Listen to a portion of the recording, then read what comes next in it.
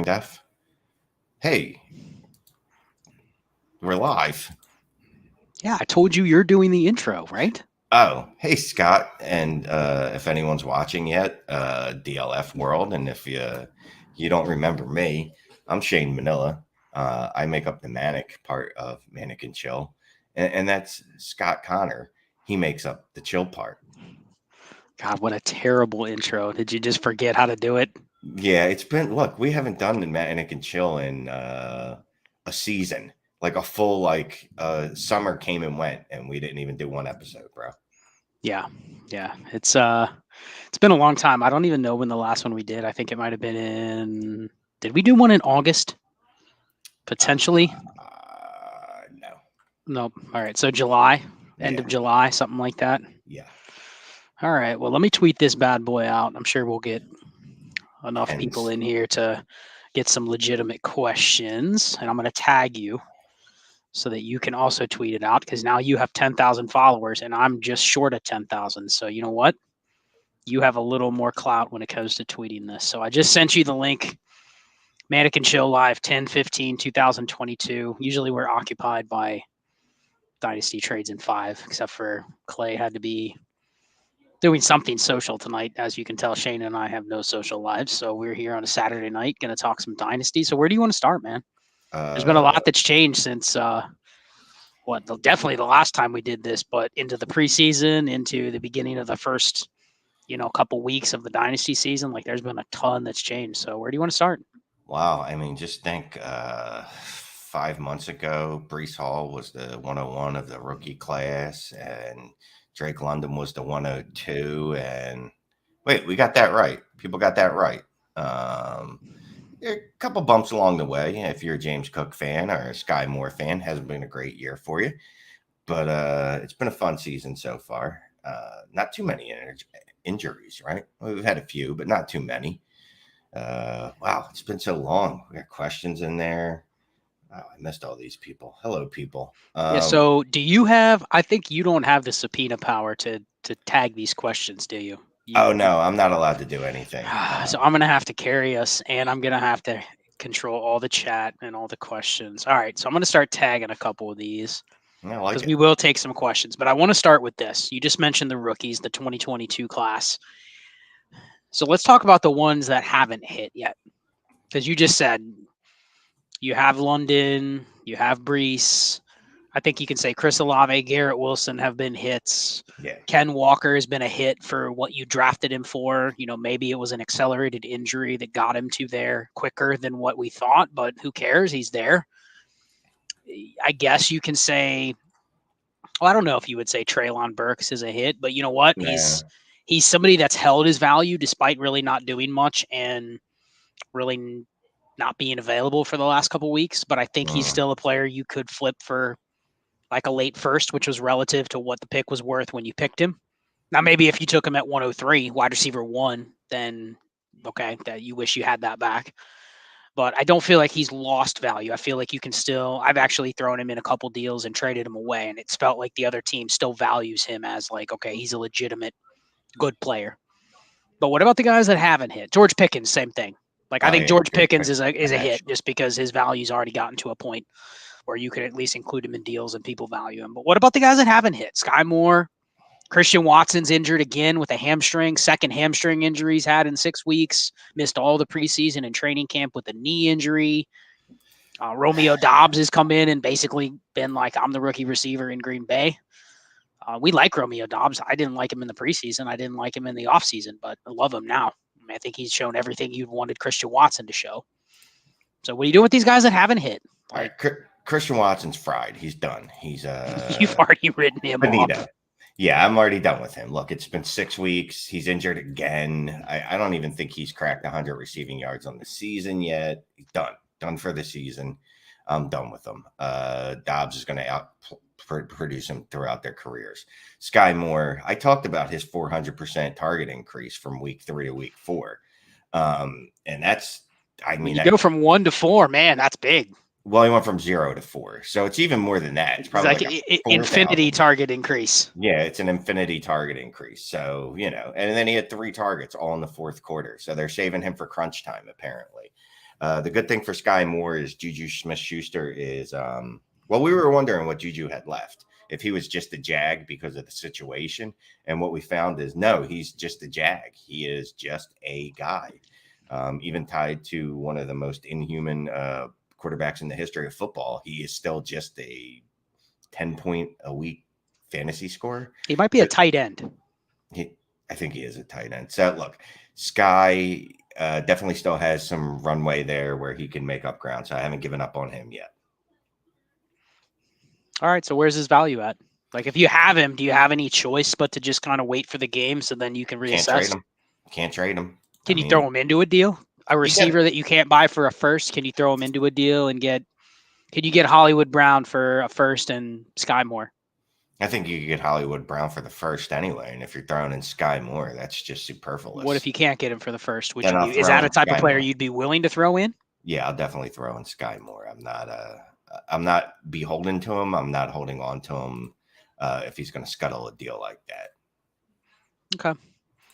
But yeah, he's an interesting one where like he's kind of sitting there. People still are not going to fade the fact that he's on the Chiefs. So they're just waiting and waiting and waiting and waiting. Wait, by people, do you mean me? I mean, I think the community is still kind of going like Sky Moore is an incomplete, whereas, and I'm just speaking towards like what the feel of the pulse is on the market. It feels like Sky Moore is an incomplete. It feels like Christian Watson is dead. Yes. And honestly, if you looked at the one that's played more, you'd say, well, it's mostly been Christian Watson. At least he's been involved in every game that he hasn't played. But he's been terrible. Okay. Well, Sky Moore has fumbled. Do players earn their playing time, or is it given to them? Oh, that's a good question. We've never looked into that. We've looked into earning targets.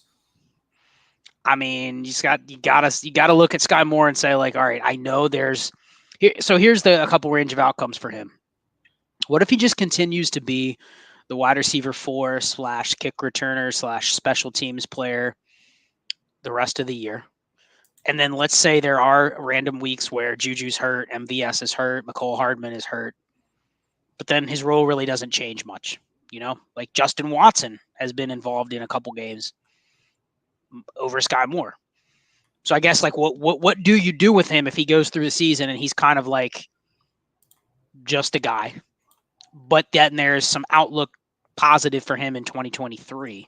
Like, is he a guy where if you don't see much, you'll be more prone to buying next year versus, let's say Christian Watson comes back in 2 weeks and doesn't do anything the rest of the year.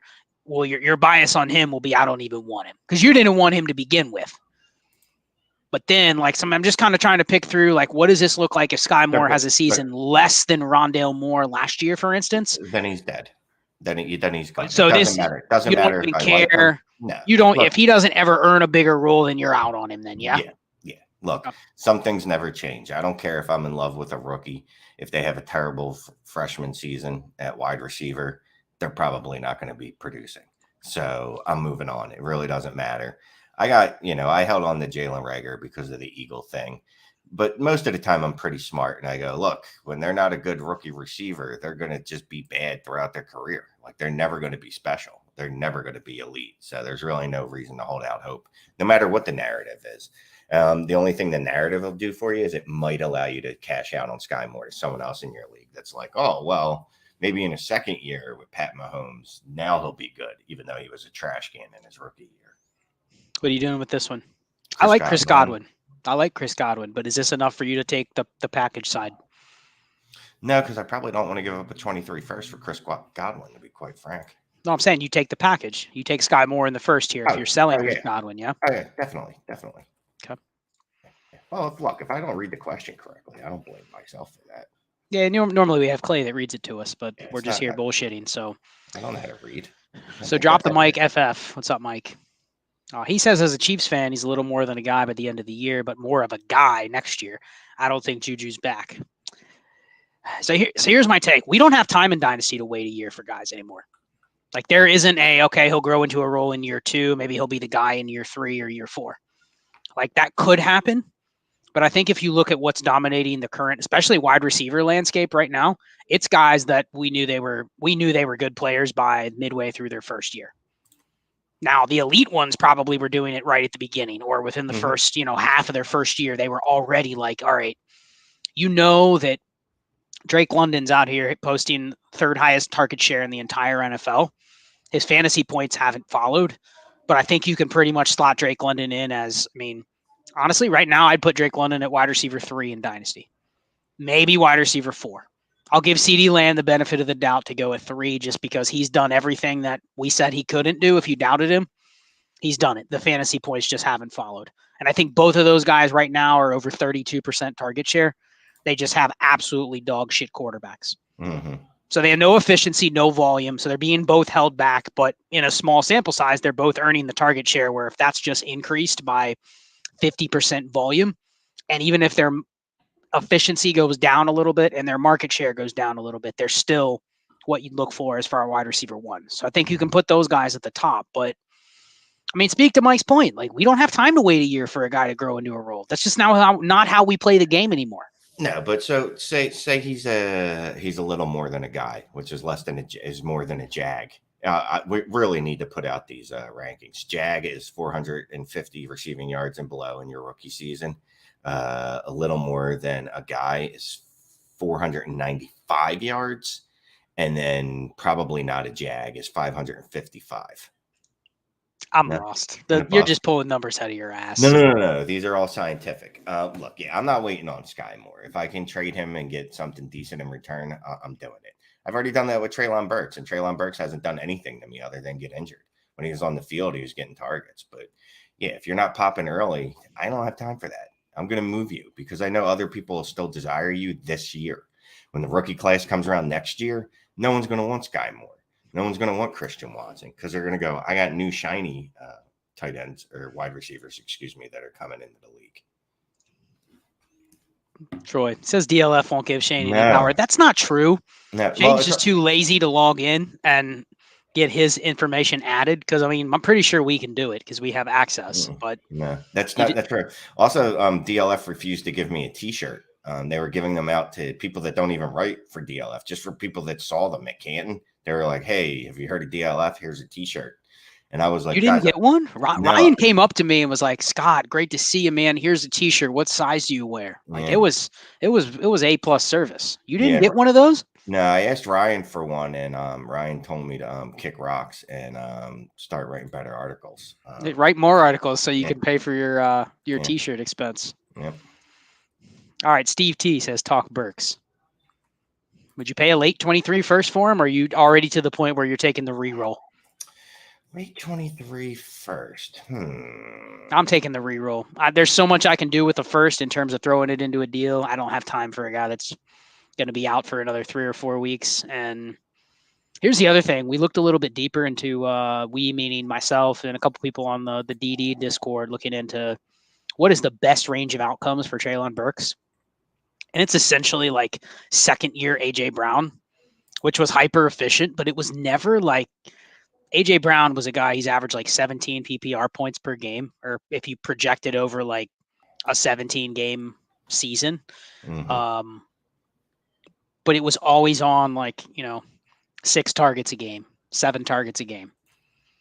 So I think like what is the true ceiling with Burks, even if everything were to go right in the current situation that he's in, assuming that, the bad thing is the Titans are probably going to be in the hunt to win the division again, which probably isn't great for anything to change going into next year. So I'm like, what is even the ceiling for Burks? Like, is it even a top 12 receiver? Yeah, or would you have to wait 2 or 3 years for that at best? No, I still think that's in his range of outcomes. That's still, when he was drafted, that's kind of what we thought he could be, right? Minus his concerns. His concerns were whatever. It doesn't matter what his concerns were. Really, when he's been on the field and played, he's seen an okay target share. And he's gotten on the field as opposed to Sky Moore, who we were talking about earlier, who's really not seen much. Well, so here's my question. I'm sorry. I was reading Joe's comment. It was a good comment. I would start, but I can't. Come on. As we are existing right now, does Drake London have a top 12 receiver season in his outcomes? Yes. As of right now, with Marcus Mariota, if this continues, will he finish top 12 fantasy points wise? No. And that's my thing. I actually think Tennessee, they're going to end up winning the division, bringing Tannehill back, and it's the exact same offense. It's a 24-26 pass attempt offense a game for another year.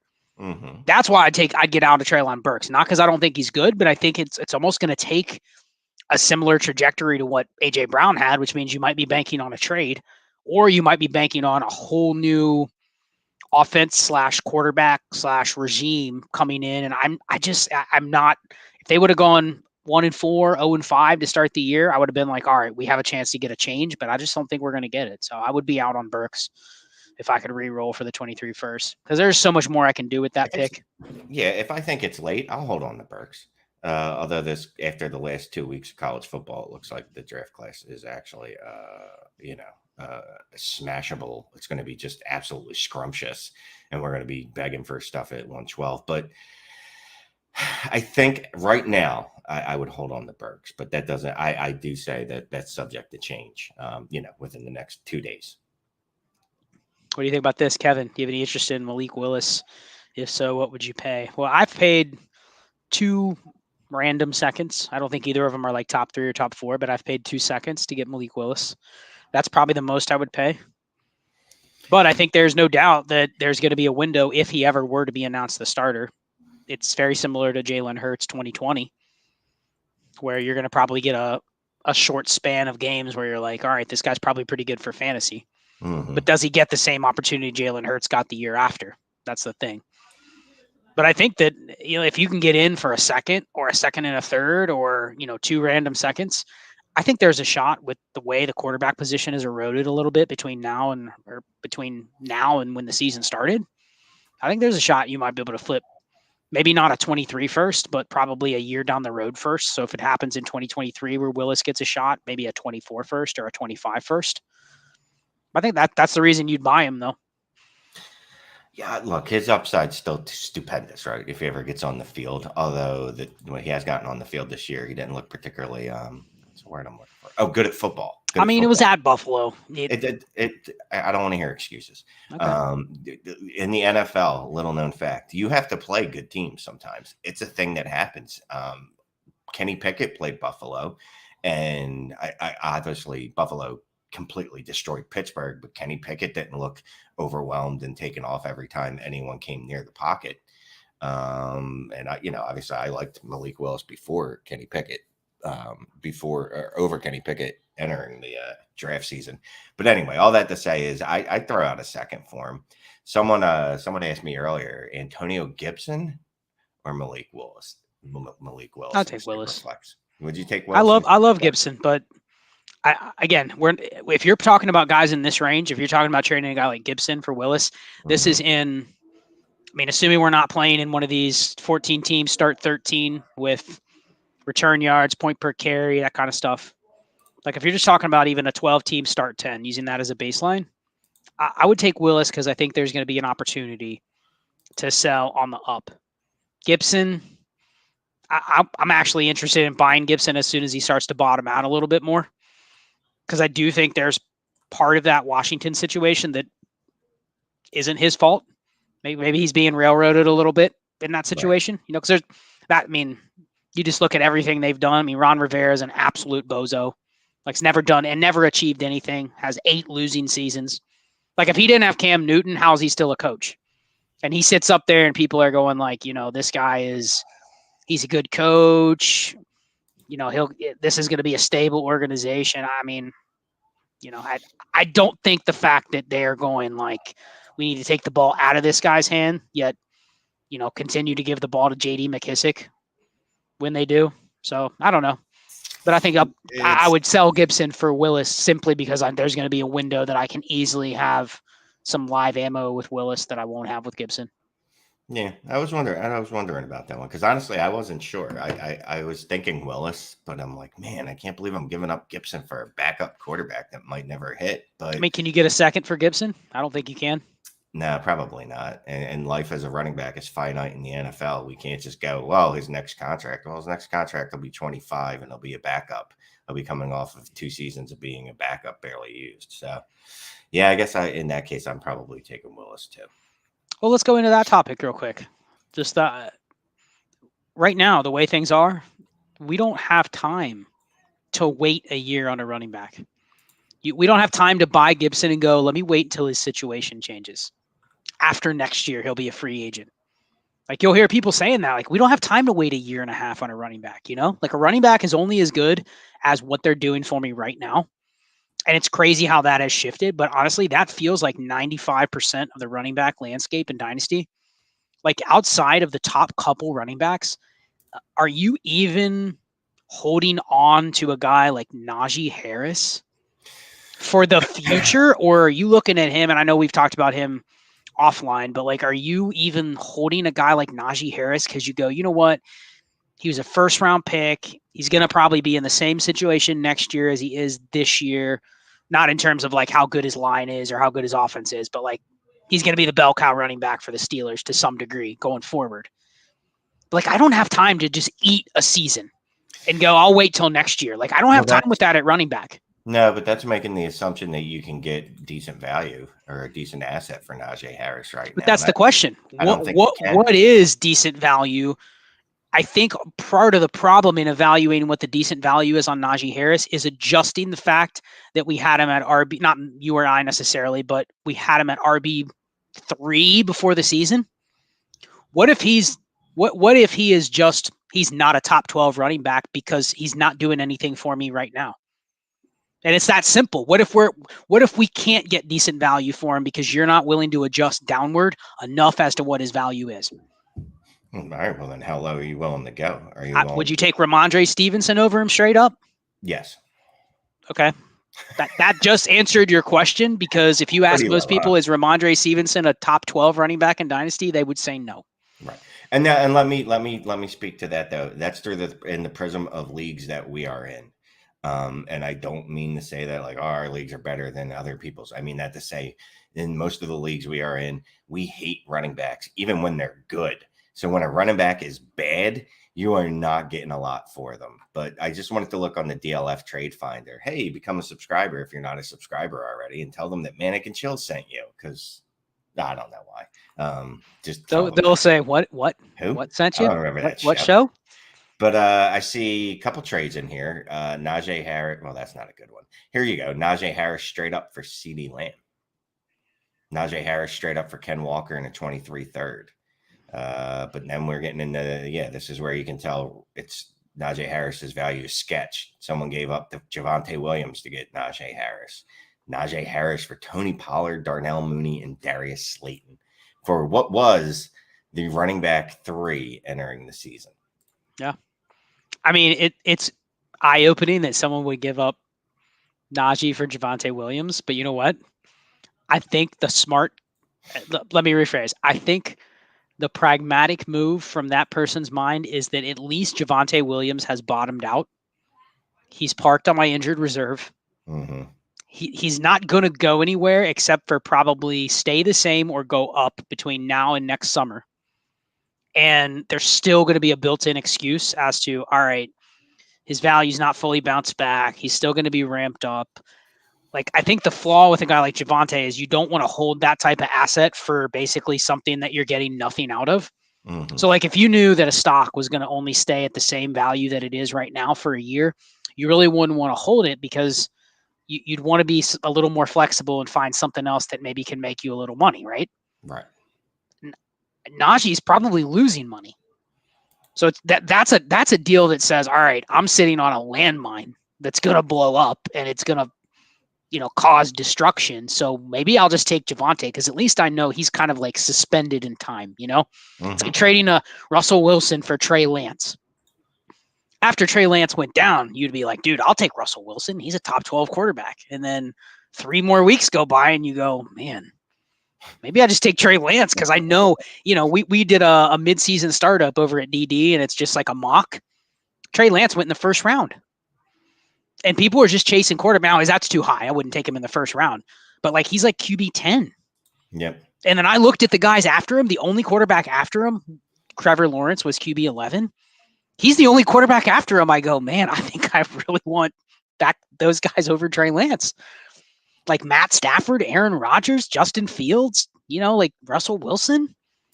you're not taking those guys probably over Trey Lance. A lot of people aren't. So, and this isn't, and again, this doesn't mean that you like these players. It's just that you like the other players less, or you like other players less than this specific player, because this specific player can't get worse right now. I think it's with Najee. It just speaks to where the running back values are right now. If Najee is, and it's not even like Najee is hurt. In fact, he came out today and said he's 100%.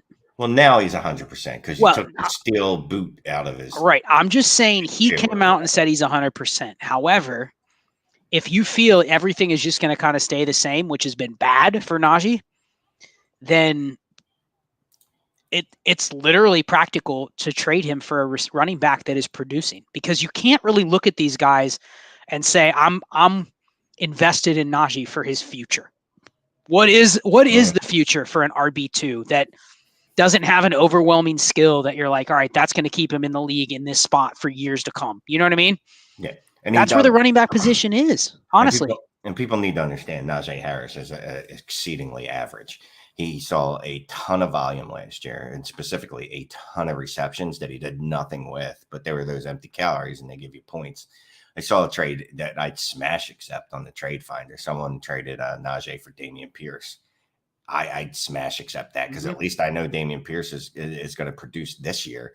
Najee Harris is in a timeshare anyway. He lost most of his work, third down work, to Jalen Warren. Before that, even before last week, even he lost a ton of work. His opportunity share was closer to 70 than it was 80%, which for someone like him is just a death knell, because he has to have volume to produce, because he's not going to be efficient. Our buddy Dave, Toronto Dave, appreciate you, but he said he traded Najee for Michael Pittman. I don't hate that. I'd do that immediately. Look, I traded Najee's gone for any wide receiver 24 or better. Yeah, and we don't even really like Michael Pittman much, but I think that that's exactly the message. You just nailed it. We'll quit the Najee talk after that. You're liquidating him. There's a much better chance that Michael Pittman is a more flexible asset that other teams in your league will covet. And I think we don't talk a lot about that in Dynasty. Forget about what a trade finder says. Forget about what a trade calculator says. You're in your singular 12-team league, and I guarantee you, if you go and say Najee Harris on the block, there's going to be 9 or 10 other managers that just gloss over that message, because they're going like, you know what? They already assume that as soon as Scott says Najee Harris is on the block, what are they going to think? Well, he probably wants too much for him. And you know what? I sure as hell not going to pay anything for him. So I won't even bother. So, yeah, I just think he's one of those assets nobody wants, which does impact his value, I think, more than we want to appreciate. So, here's one. This was a trade, and I just want to make sure that we're on the same page with this. Brees and Trey Lance or Josh Allen? Come on. Come on, Shane. You're taking Brees, right? You love him. Josh Allen, bro. I'm kidding. Bro, what are you doing? Bro, come on, Husker. You know better than that. Husker's a patron, too. Yeah, he's a great dude. All right, this is a real trade. Right now, with how much you hate running backs, you taking a 24 for Ramondre? 24 first. You don't want to get greedy? Try to use Ramondre for a couple weeks, then get the 24 first? Is that getting greedy? What do running backs do? They explode. Get hurt? Yeah, and I heard this on someone else's podcast, and it was 100% correct. There's about a 50% chance that Pierre Strong goes out there and just tears shit up this week because Bill Belichick said so. Although I'll say this about Ramondre. If you have to hold on to a running back, because for whatever reason you have to start 2 of them and you don't like to start Boston Scott every week like me, I'd hold on to Ramondre. Well, I start some running backs that are a little better than that, but just saying. Say you don't want to roll out Michael Carter out there, right? You want to hold on to Ramondre Stevenson instead of getting a 24 first for him. I would not belittle you for holding on to him. All right. Well, another thing, check your rules, because sometimes, I don't know, I know in some leagues that I'm in, you can actually trade during the games. That just doesn't process till next week. So if this is in your inbox, wait until Sunday afternoon. No, you wait until 1:01 when Ramondre's in your lineup. Then you hit accept. You're going to take it. You eke out that one more week so that you get the trade, but it doesn't process until the next week. Now, a lot of leagues, it just says you can't trade a player when the game's already started. So there goes your loss. But I like on Sleeper, you could do this. Yeah. Sleeper, you can accept the trade. If it's sitting there, you can accept it during the game. So Yep. it's a little strategy. I know that people might think that's a little shisty. You're not trying to pull one over. You're just trying to, buy that extra week of that running back start in your lineup. That's crucial. So we got a couple other ones. Let's see. Oh, yeah, here's a good one. Ruben. Almonds. Ruben. Almada almonds. Shout out to Ruben. He put this up there. This was a response to another question, but I wanted to talk about Brian Robinson. Is he an automatic sell for a second with how he looked? Yes. And I love B-Rob. Look, I drafted him all over the place, but from what I've seen, they are not going to use him as a receiving target at all. And he's not dynamic enough to score enough points just off rushing attempts. Yep, I agree with you. I think he's I don't want to say he can't get better, but it's what are you doing for me right now? Right. I think they're allergic to giving him any targets, which means he's going to need touchdowns, and he got one in the first week, so that's kind of a sign that you sell him. And I know the narrative is, hey, he's just coming back from getting shot. Like, he's only going to get way better and better and better, and by week 4 of him playing, he's going to be great. But no, don't buy into that. It's possible. It's just, look, the usage is concerning because there's a 3-man split right now. Carson Wentz just broke his finger, so I guess Tyler Heineke's going back in there. Sam Howell. None of it makes me feel especially good about that offense. Yep. Here's another one. Going to get probably his first major opportunity this week with Sterling Shepard out. His first game without Shepard. Tony's not playing. Tony is not playing. Galladay's not playing. Nope. It's going to be Richie James, David Sills, Marcus Johnson, Wandale. What do you think about Wandale? I don't know. I've said this repeatedly. I don't know that he's a real person. I won't believe it until I see him on the football field, that he's even a real human being. You know what he's going to do? He's going to go out there and he's going to have a Kadarius Toney game from last year. You know, that one game that he had. And then we're all going to get really hype about it. And then he's probably going to get hurt again. And I'm not going to trade him because I'm going to go, well, did you see that one game he had? I think he'll probably smash. I mean, for whatever reason, that Giants offense has actually been, I don't want to say good, but it's been good with Daniel Jones and no receivers somehow. Darius Slayton just dropped 72 yards last week. They forgot about Darius Slayton. Yeah, I didn't even remember he was in the league. I thought they cut him, but apparently they didn't. They kept him around just in case. No, he had the Denzel Mims disease where he was trying to get traded. He requested a trade, but they're like, no, we're just going to park you as our wide receiver 6 and only play you when there's 5 injuries ahead of you. Infinite. I like Wandale. I love this skill set, right? Everyone did. We think he could be an interesting piece. We got to see what happens tomorrow. And can he finally stay healthy? I don't believe he was injury prone in college. Was he, Scott? No, not injury prone in college. Kentucky, right?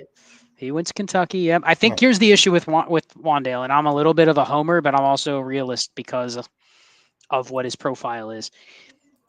He's always going to have limited ceiling because the community is always going to see him as basically he's too small. He's an outlier. So even if he's really good, how good does he need to be to get the holy shit, I need to have him, let me go buy him from you bump? Mm-hmm. It's not going to be one game. I think he could go out and have a really good 10-game stretch and end the season with decent numbers.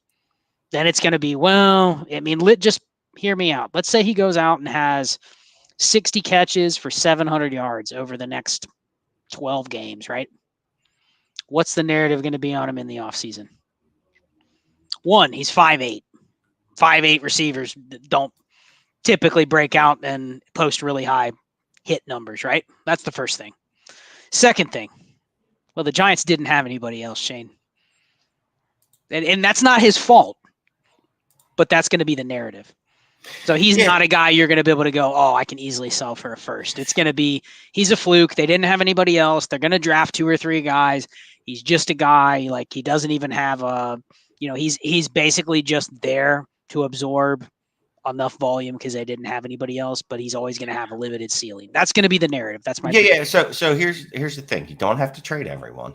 I know that, like most people believe that that's all I do, is just trade. But there are sometimes some players I just hold on to because they produce, right? And that's what I'm more concerned about with him because I don't think, like you're saying, the narrative is 100% correct. I don't think he'd ever be worth a first. Like he would have to go out and put up like a Steve Smith Jr. season, and he's not that type of player. But He's here's the just thing: you small. drafted him probably in like the late second. So Yeah. I guess my question would be if we agree that, and I'm not saying you drafted him, Hmm. but the person that, because I started to be in on him a little bit as draft season went by, and it kind of was like, all right, I don't really know what else I want to pick. You could have kind of picked your poison between David Bell, Jalen Tolbert, Alec Pierce, Wandale Robinson. Those guys were all kind of going in the same range. But if you think that this narrative could be true on him, and he's really never a guy that's going to be worth a first, why'd you take him in the second? Because basically you'd be looking to cash out for a second, 2 seconds. You know what I mean? Well, sometimes you just draft players one because you can't trade out of the pick, That's and true. then you just go, all right.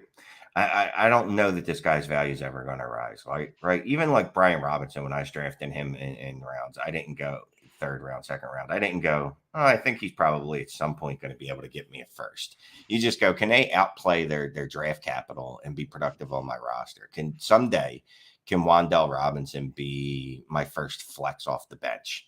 Can he be at least a streaming option? Can he be a guy I throw in there when I'm looking for upside? Because some weeks he drops, those 30-point games, even though other weeks he's going to give you 6.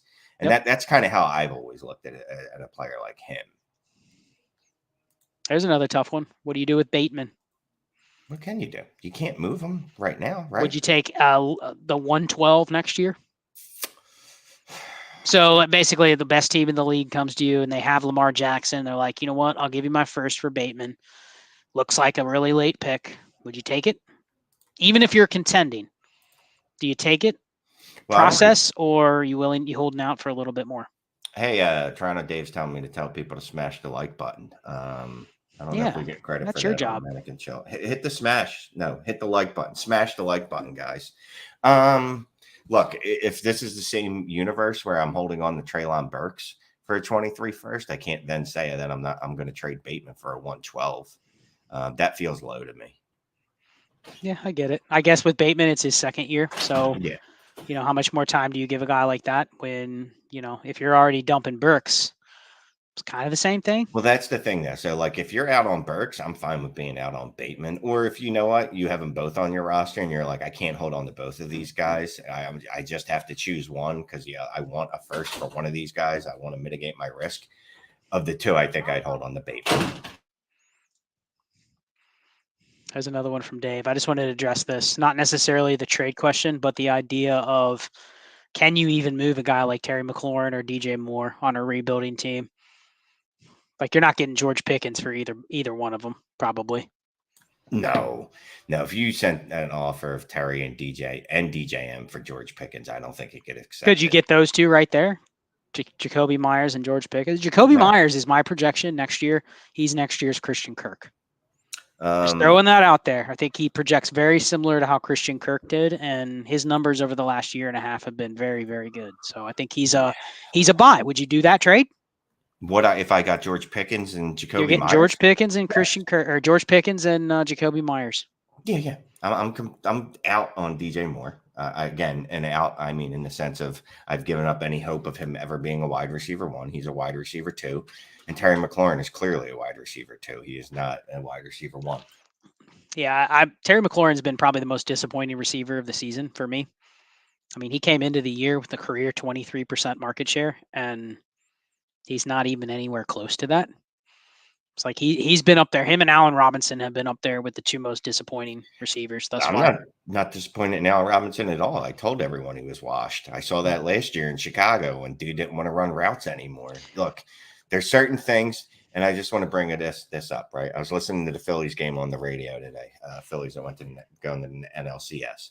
But they were talking about Acuna, right? Great player. But they were talking about how, people forgive him in June because he doesn't run for a ball in the alley. He kind of just dogs it. He loafs it over.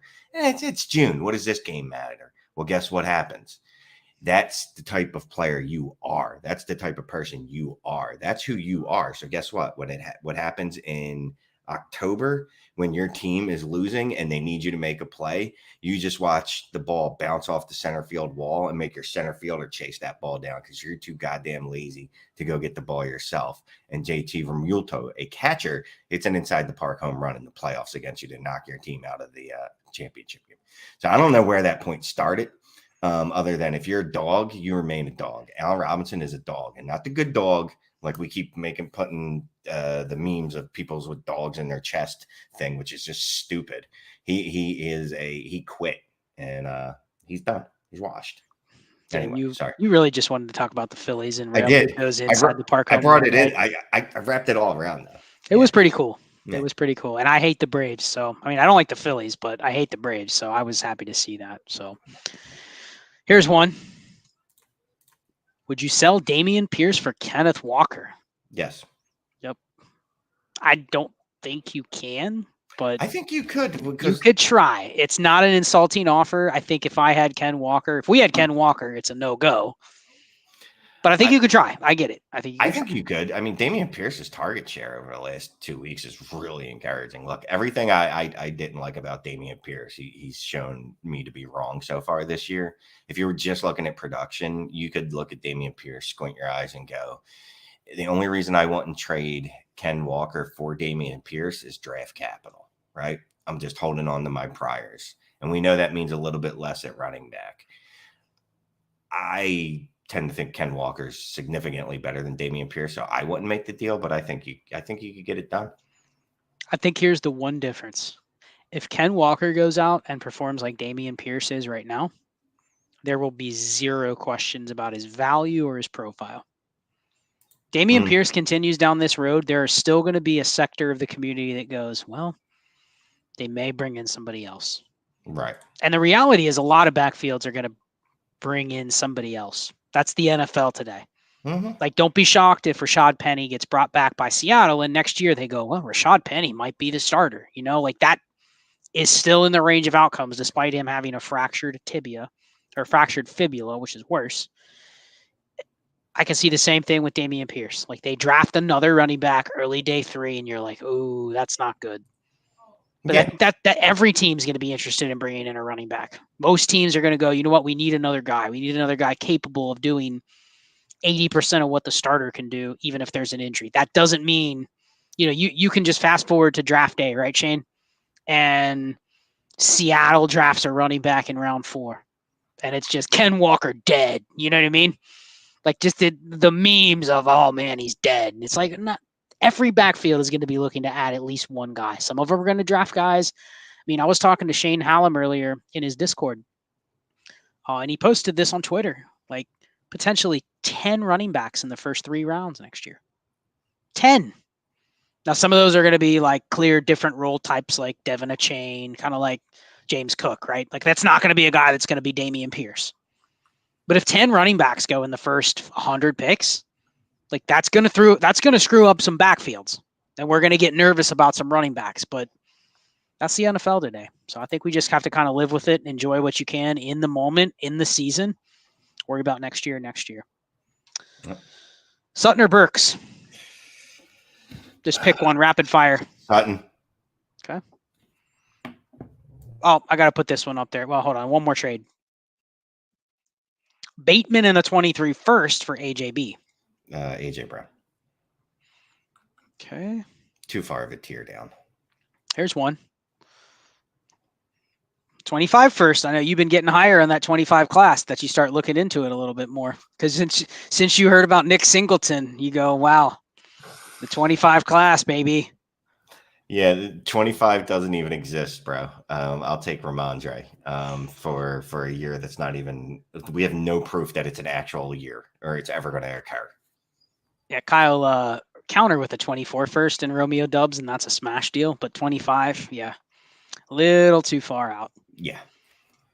So here's one. Us being the absolute novices we are when it comes to actually watching football. Best landing spots for Bijan Robinson or Jahmyr Gibbs. Let's just play in an imaginary world. Like, where would you like to see? How about not? Let me ask you this: not Philadelphia, Not Philadelphia, because Jalen Hurts is one of the best goal line rushing quarterbacks in the history of the game. Also, not San Francisco, because I'm assuming Trey Lance is going to get the shot there. I don't want any of them, any player that I like anywhere near the Bears offense. And not San Fran, because they'll draft somebody else 3 rounds Wait, later, and that didn't I guy will say be that? just as good. Oh, not the Texans, because again, I don't think that offense is particularly good. And Dameon Pierce is good enough that he could eat too much of a role. Shit, I guess Arizona is one that comes to mind, even though Kyler's there. But Kyler will dump it off to the running backs. Yeah, and I'm not as worried about him. Bijan and Gibbs definitely can actually be used as receiving weapons. I'm more worried about just the rushing touchdowns in general. How about Houston for Bijan? Would you like that? No, I don't want him. I don't want him near the Texans. I don't want anyone near Pierce at this point. I think he's going to carve out enough of a role that the Texans are going to feel forced to use him. Now, mind you, none of this means anything, because if they draft Bijan in the first, well, guess what? He's getting 80% of the touches. I think if he goes in the first, there will be somebody that I'm much more confident if he goes in the first, because that's going to be a team. 90% of the teams are going to go, there's no way we're taking a running back in the first. So the one that does, it's going to be probably an obvious one where you're like, all right, that makes sense. Like that's one where we can kind of forecast, kind of like the Najee pick. Remember? Here's one. Bijan in Kansas City. Honestly, I don't want that, because he can't probably get any more expensive than what he's going to be. Well, I'm going to say, and then he wipes the decks. There's none of this CEH, Isaiah Pacheco, Jarek McKinnon. Jameer Gibbs to Kansas City ahead of Bijan. Oh, then Bijan's not even the 101 anymore. Caleb Derridi says Bijan to the Rams would be elite. Problem with that is the Rams don't. Problem is I don't want anybody on the Rams. Yeah, and the Rams don't have any first round picks until 2030, I think, and their offensive line is horrible. Yeah, I do think Bijan's going to go in the first round. I can see some of these teams that don't have any running backs considering it, but I also feel like here's the thing: like if Bijan's going to be, and this is what's going to be fascinating to me, not Gibbs as much, because I think Gibbs kind of is going to be what he is. Remember the Saquon Barkley craze of 2018 and how much he was valued? It was fun. I don't think that exists in today's dynasty world. Bijan's valuable. Don't get me wrong. I do not think we get anything close to what we saw for Saquon in terms of, people were legitimately paying 4 or 5 firsts for the 101 in those years. Yeah. It was 3 firsts to even get the conversation started. You can't even get 3 firsts for like Jonathan Taylor before the season. Yeah. Laughable. You couldn't get 3 firsts. So, I just don't think that the way people play Dynasty, we're so much more educated and the strategy is so much more advanced and significant than it was 5 years ago. We're just not going to get that. So I don't think we're going to see a lot of Bijan deals unless it's just 1-for-1s, very clean. I give you Jamar Chase for Bijan, that type of deal. Like I don't think we're going to get any of these. I'm giving you 4 or 5 first type values for Bijan. I just don't think any running back is worth that. So maybe I'll be wrong, but I don't think we'll see that nearly as much. I know I don't have the stomach for it. 2 firsts is as far as I can go. And even then I question it's 2 firsts now just to get a 50-50 shot to have the pick to get him. Yeah. Well, you know what I mean? Mm-hmm. Like, the price, even if you're guaranteed to only have a 33% chance to get him, it's 2 firsts to get that pick. Let alone when you actually have him, let alone when you actually have the 101 and you see where he lands and he gets first round draft capital, he's just going to be impossible to acquire. So I wanted to put this one up there because Eric and I have been going back and forth about this for 3 days. Dude, I played T. Higgins in every league last week. And so if he's active, you're benching him for Isaiah McKenzie? The correct answer is Zay Jones. Well, I might bench him for Zay Jones because Zay Jones might actually be productive with Marvin Jones. Marquez Valdez-Scantling. I'm just saying that his message, and he can rip me offline if he wants. His message is he's benching T. Higgins.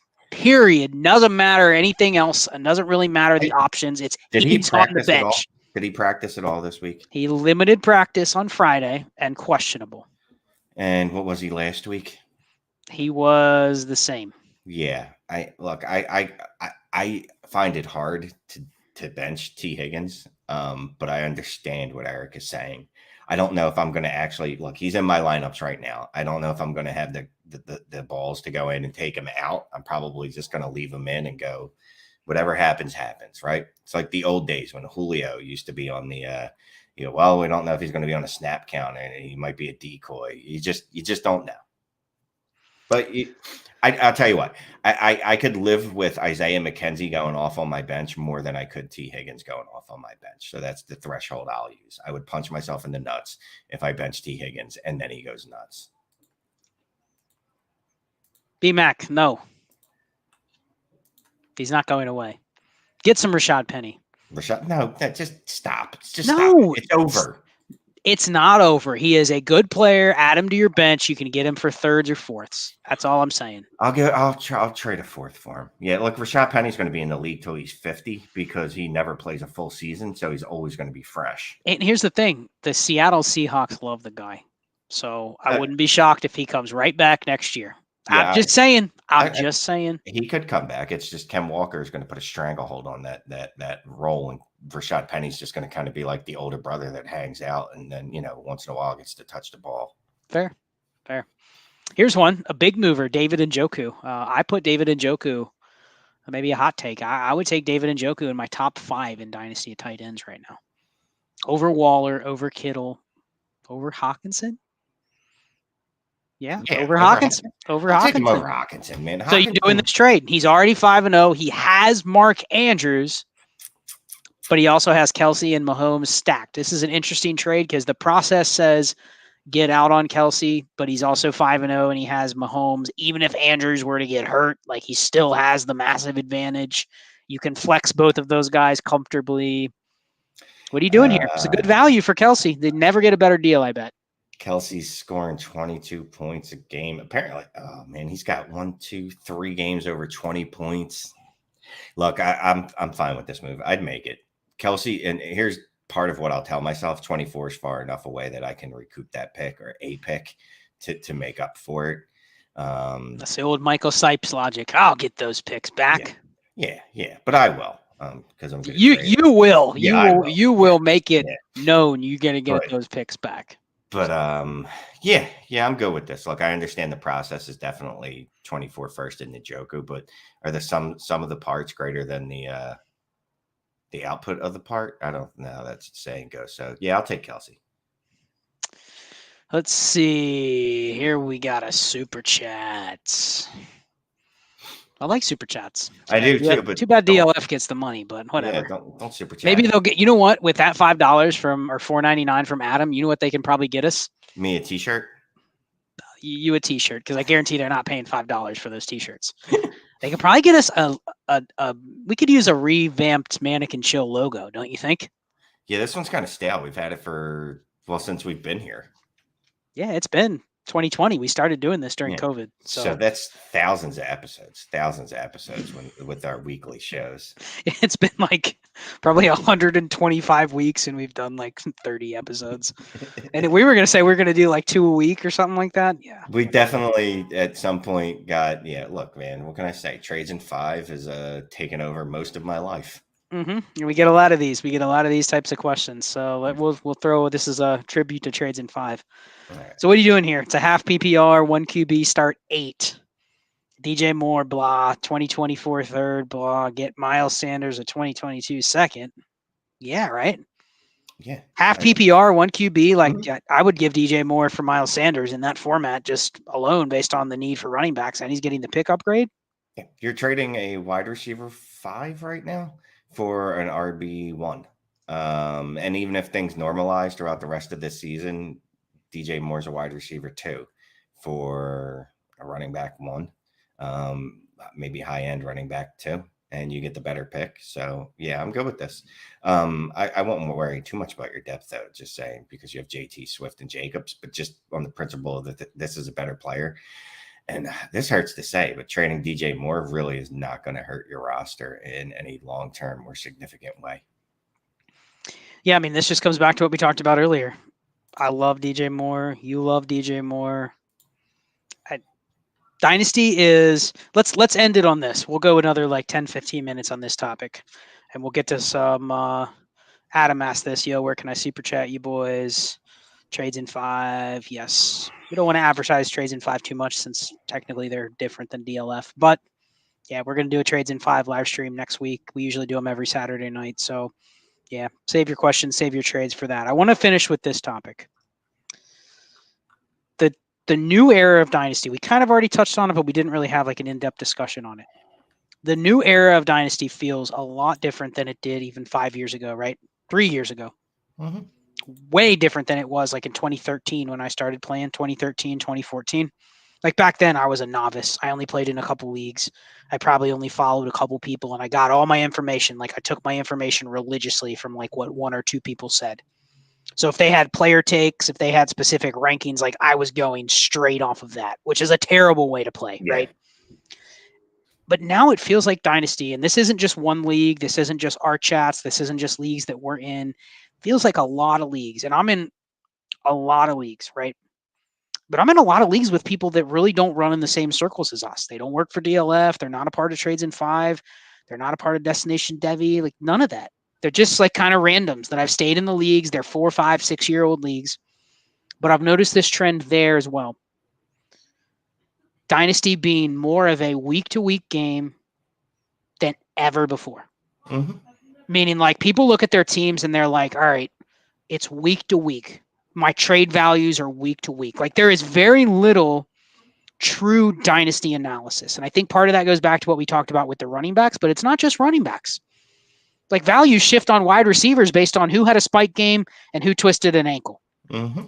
That's simple. There is very little, oh, well, I really love this wide receiver and I really think he's going to be great down the road. But you know what? He's out 4 weeks with a high ankle sprain. I don't got time for him anymore. You know what I mean? I'll worry about it next year when he's to that point, getting back towards the range where I thought he was going to go. And the trade market reflects that. So, like, how do you navigate that?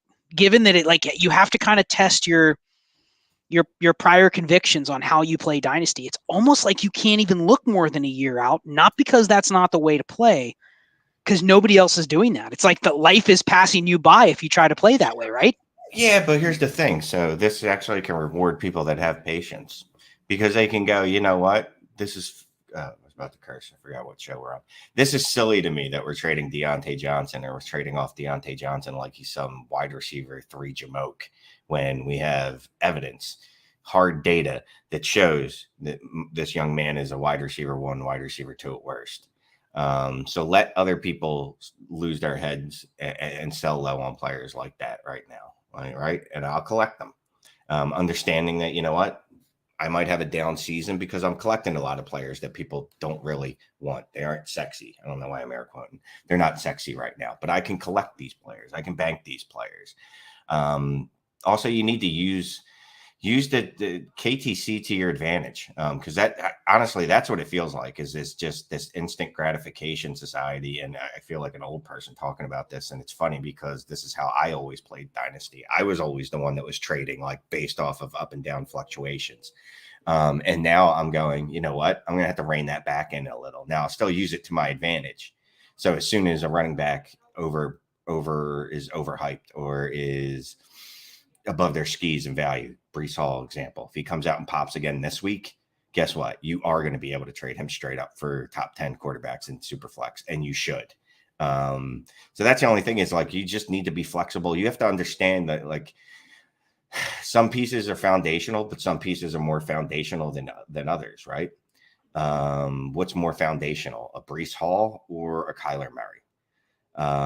And you kind of have to look at it like that, and you have to use people's tendencies against them. You have to use this instant gratification, the need for instant gratification, the need to constantly tweak your rankings, if you were, against people. Yeah, I mean, I think that's one of the reasons that contributes to people playing this way is you have sites like KTC that are literally updating stuff by the minute. You know, you see a player goes out, gets injured, their KTC value plummets. And that's simply because when people are voting, they're not, their bias is I'm not going to vote for an injured player that I'm pretty sure just has a high ankle sprain and is going to be out for 4 to 6 weeks. Like their mind is just going to say, I'm not voting for that player.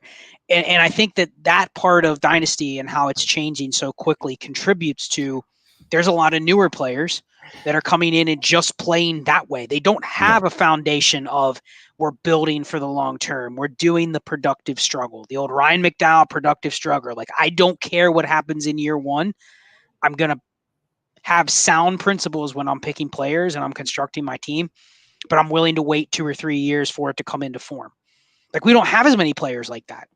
So I think the challenge is, okay, you don't want to completely abandon that and play, because don't get me wrong, I think you're right. You don't want to play your team just like a redraft team or a DFS team where, and I've seen it. I've seen people that are literally just trading week to week. At some point, if they make too many bad moves or too many overreaction moves, they're going to be stuck at a point where they don't have what's necessary to move. Like, there isn't any more transactions for them to get that are going to be able to flip their team how they want. And someone's going to sit back and take advantage of that and go, oh, yeah, you're going to trade away this player at 80% of his value because he's going to be out a month. Okay, I'll capitalize on that. And then I'll do it again. Then I'll do it again. Oh, you're going to overreact and trade this player for a pick. Okay, I'll take the pick. Like, you can beat that.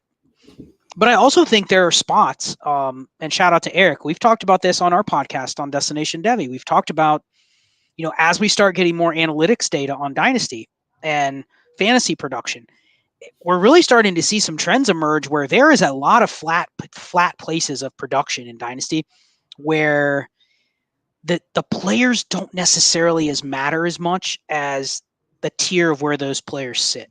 And you and I indirectly talked about this. You remember our Dynasty and Chill show from 2019 when we talked about wide receiver pivoting. Yeah. You remember that?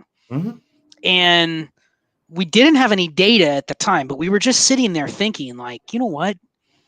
A lot of these receivers are kind of the same, but why is one valued this high and then one is valued this much lower? What can I get in between? So I think we started even thinking about that even before it became prevalent. But now it's like, all right, there are certain tiers. So you're talking like QB2s. Basically, the entire freaking running back landscape right now is all bunched together. As long as you have enough guys to get you through the week, okay, that's all you really need. Right. And then when you have receivers that are in these like kind of dead ranges, think of like the Juju, Jerry Jeudy type range. Like, you're trying to weigh those guys versus what's the difference between them and Tyler Lockett or Brandon Cooks. Like, dynasty value, it may be one thing.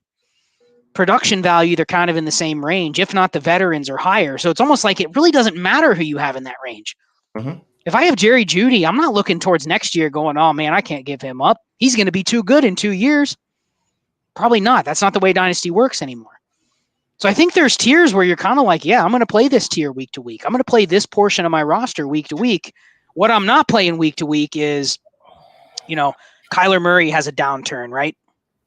I'm not selling him lower than probably what an elite top 6 quarterback should be worth. And I think that's where you talk about that. That's where you go and you attack those types of elite players, especially quarterbacks, tight ends. When you can get them, you attack those ranges because those are positional advantages. When Kyler Murray's having a bad 3 weeks, you go get him.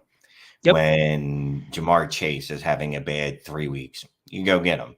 Because I didn't mean to sound like I was denigrating KTC. It's just something that people use, right? It's a tool. But anyway, how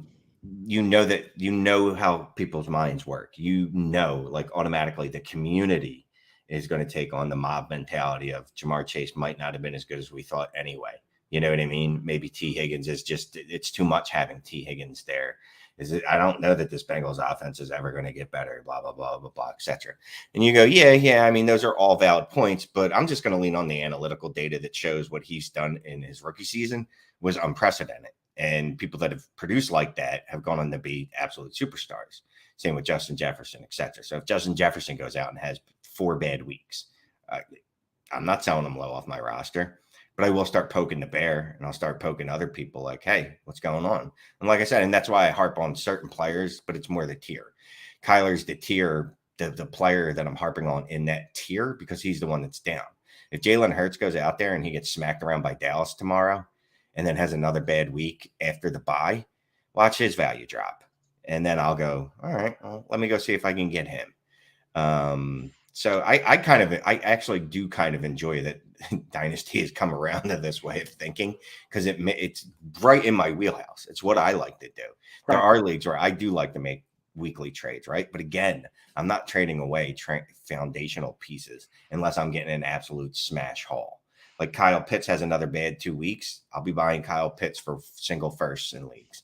And just banking him, because again, I think he's foundational. That's more think, but well, I think, and here's the thing that you said without actually giving the data, is you in your back of your mind, and I think this is also becoming more prevalent when we're starting to get like wins above replacement data and warp data.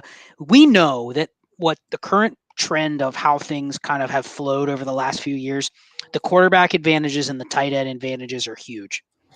So what you're buying into is what you're saying is an advantage is there are people that will downgrade a guy like Jalen Hurts or Kyler Murray if they have a bad stretch of games.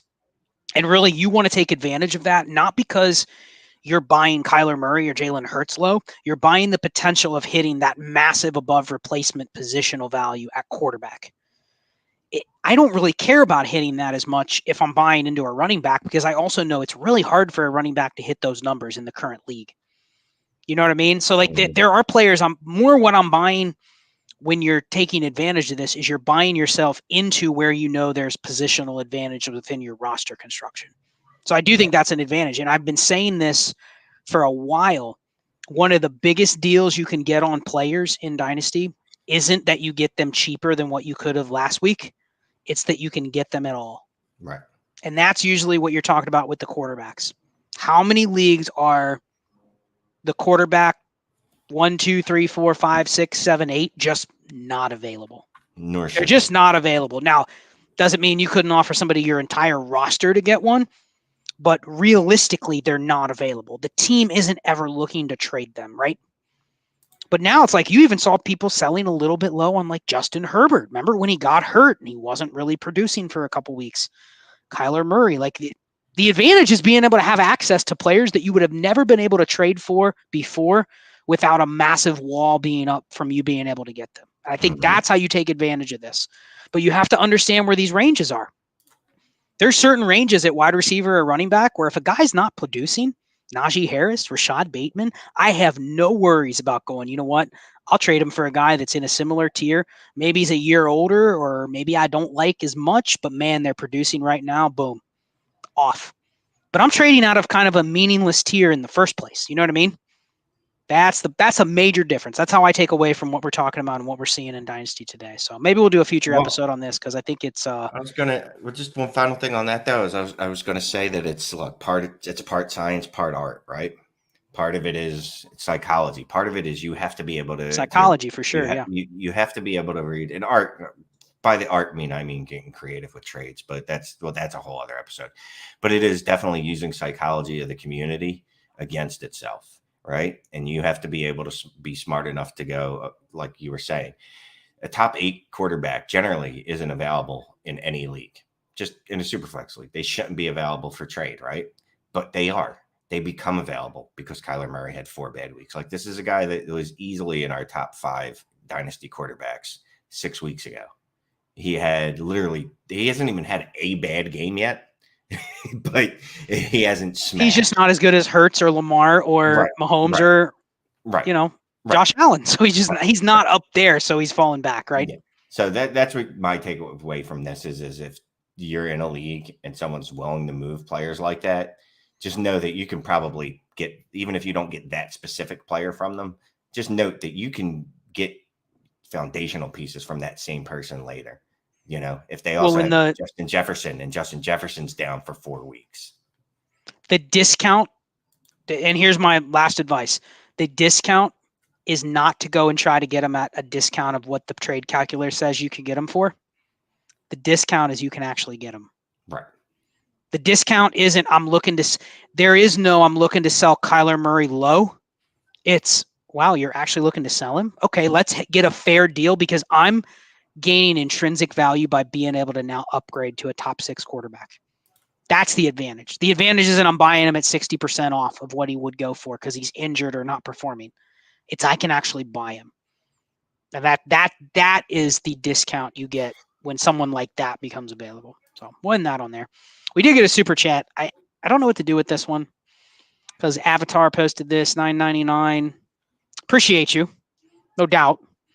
But he said review suggestions. So I guess we'll just roll through it, give them what we can, and then we'll end the show. 10-team, 1 QB, 4-point passing touchdowns. Start QB, 2 wide receivers, 2 running backs, 1 tight end, 2 flexes. So it's a start 8. 323 firsts, and there's his roster.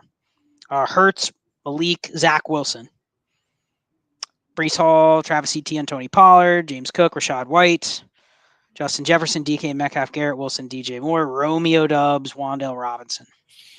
So we do roster reviews all the time. We won't advertise it here because it's a trades in 5 thing. So hit us up separately if you're interested in that. But Shane and I do spend probably 15, 20 hours a week recording roster reviews. Yeah, we talk a lot. Too much. We see each other a lot. Yeah. Anyway, let's try to give him a little bit of feedback on this. Just what are your initial thoughts? I mean, 4-point passing touchdown. Your team's really solid. It's only start 8, so it's a baby starting roster, small starting rosters. I'd probably try to use those first to upgrade Garrett Wilson and Etienne, and then go win a title. That's don't touch your quarterbacks. Honestly, this is a perfect 1 QB room because it's got the positional advantage with Malik or with Hurts. It's got a backup you could use with Zach Wilson and a potential positional advantage guy with Malik. So I wouldn't touch this quarterback room. So it's a start 8, right? Like the firsts are, even if you have to make the first and they're mid to late first, you're ended up adding more receivers that are Jameson Williams, Garrett Wilson, Chris Olave. Like you're adding kind of just more depth. So I'm kind of with Shane. Like, what else can you do to go out and get another hammer? Can you send somebody like Pollard in a first and go get even like a Nick Chubb? I'm fine putting on a team like this because it's a one year race. You have enough assets where you can still kind of preserve a little bit of your future. And then, he definitely needs another hammer receiver as well. So go get a hammer receiver, go get a hammer running back, and take your chances and save your best first if you can. All right, man. That was fun. We'll do hour and 15 minutes. Yeah. And I hate leaving because we got a lot of good. Our traffic really, really came on towards the last half of the show, but I guess not bad for a night where we didn't really plan anything or announce. Yeah, maybe we'll try planning one of these and see how that goes. Maybe 2 weeks, 3 weeks. I don't know. Well, I'm not even going to lie. So we'll see you in February. Yeah, February of 2024. Now we'll make it a point to do another one and maybe put an announcement. Apparently, DLF has a Discord now. Yeah, we have a Discord. You didn't know that? I'm in there. Oh, wait, I'm never in there. Oh, you know what? I should have probably shared this link in the Discord. Dumbass. Yeah, I didn't think about it. I mean, I'm in there. I linked into it, but I don't really follow what's going on. I see all the articles are posted in there. They do live AMAs. Like maybe I should go to one of those. Yeah. Yeah, right. When's the live AMA with Shane is the worst? They haven't asked me to do one yet. Yeah. Look, I can't even get a T-shirt. I don't even know if DLF knows I'm on the payroll still. Like they might see this video and be like, "What? This guy's still here?" I mean, hey, we're here because we bring the Dynasty fans to the channel, right? Right. They're good with it. We'll do one soon and we'll announce it. All right, sounds good. Well, I appreciate everybody tuning in. I know it was a long time coming. Probably a lot of people came in from DNC and HQ and Dynasty Trades in 5, and they're probably just bored out of their minds. They must have watched the 18-inning Mariners-Astros game that basically was 2 games in 1, and unfortunately the Mariners lost. So they're not going to win the World Series. I was hoping for a Mariners-Guardians ALCS just because, those are teams no one had any chance of getting there. So unfortunately, they're not going to make it. Maybe we'll end up getting an Astros-Dodgers World Series again. No, Phillies-Yankees. That's right, Phillies. I'd take Phillies. Astros, or Phillies, Yankees. I'd be okay with revenge from 2009 when I think it was 2009 when the Yankees beat them in the World Series. Okay. Yeah. This is not a baseball show. So. No. All right. Well, we'll sign off. Thank you, DLF, for the platform. You can see our Twitter handles. I'm sure most people are already following us. Click the links. Subscribe to @DL Football. I always say it wrong. It's not DLF Football. It's DL Football. Shane and I write occasional articles for DLF, but don't hold out waiting for those because it may be a while. So we'll announce the next Manic and Chill. So thanks everybody for tuning in. Later. Later.